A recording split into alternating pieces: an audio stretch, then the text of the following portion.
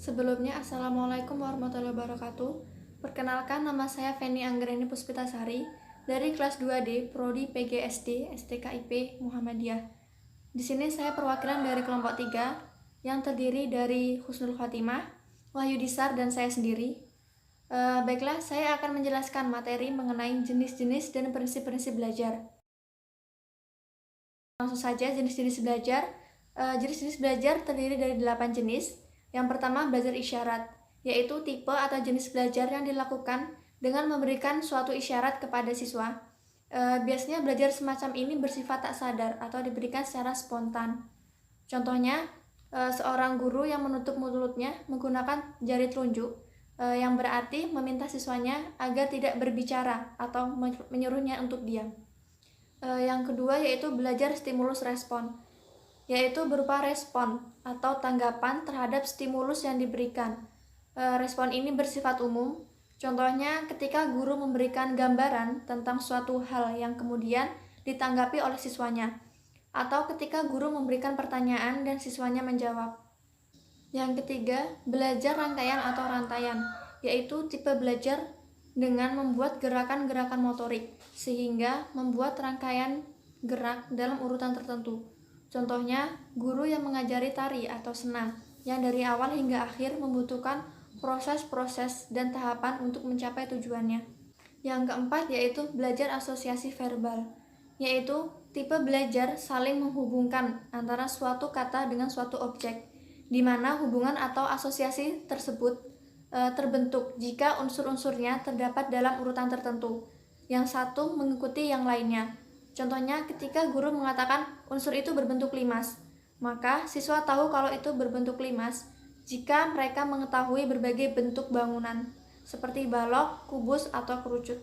Yang kelima, belajar diskriminasi atau membedakan, yaitu tipe belajar yang berupa memberikan reaksi yang berbeda-beda pada stimulus atau objek yang mempunyai kesamaan. Contohnya, guru memberikan sebuah bentuk kubus, siswa ada yang menjawab itu berbentuk kotak ataupun berbentuk balok. Yang keenam, belajar konsep, yaitu belajar mengklasifikasikan stimulus atau menempatkan objek dalam kelompok tertentu yang membentuk suatu konsep.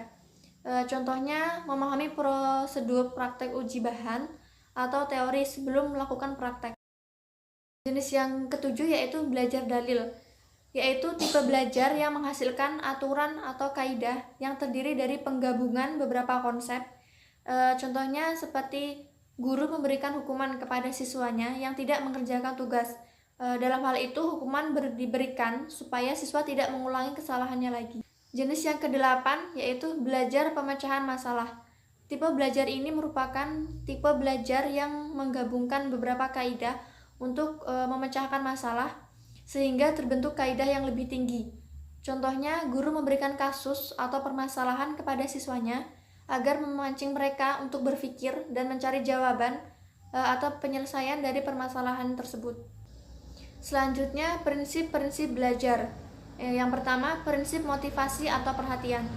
Dalam proses belajar, perhatian berperan sebagai awalan dalam memicu kegiatan belajar, sedangkan motivasi berperan dalam menciptakan minat yang tinggi terhadap pembelajaran siswa yang bisa menimbulkan motivasi dalam belajar mereka. Yang kedua, prinsip keaktifan. Pada hakikatnya, belajar merupakan proses aktif yang mana siswa melakukan atau seseorang melakukan kegiatan untuk mengubah perilaku dan menjadi lebih baik. Yang ketiga, prinsip berpengalaman atau keterlibatan secara langsung. Prinsip ini berkaitan dengan prinsip aktivitas, di mana masing-masing individu haruslah terlibat secara langsung untuk merasakan atau mengalaminya. Yang keempat yaitu prinsip pengulangan.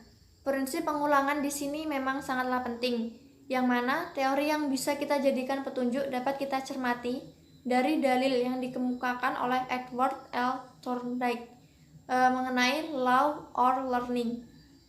Yang kelima yaitu prinsip tantangan.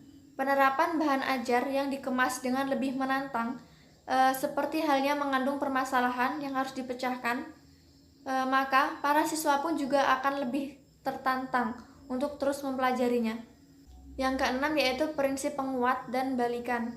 Penguat di sini diartikan sebagai suatu hal yang dapat menciptakan semangat atau motivasi siswa untuk lebih giat lagi dalam belajar. Kalau penguat itu bisa seperti nilai yang bagus. Nilai yang bagus di sini akan membuat siswa lebih bersemangat lagi untuk belajar. Prinsip yang ketujuh yaitu prinsip perbedaan individual. Proses belajar masing-masing siswa tentulah sangat berbeda, baik secara fisik maupun psikis. Untuk itu, dalam proses pembelajaran mengandung penerapan bahwa masing-masing siswa haruslah dibantu agar lebih memahami kelemahan serta kekuatan yang ada pada dirinya dan kemudian bisa mendapatkan perlakuan yang sesuai dengan kemampuan dan kebutuhan masing-masing siswa. Baiklah, mungkin hanya itu yang dapat saya sampaikan. Semoga materi tadi dapat bermanfaat untuk kita semua.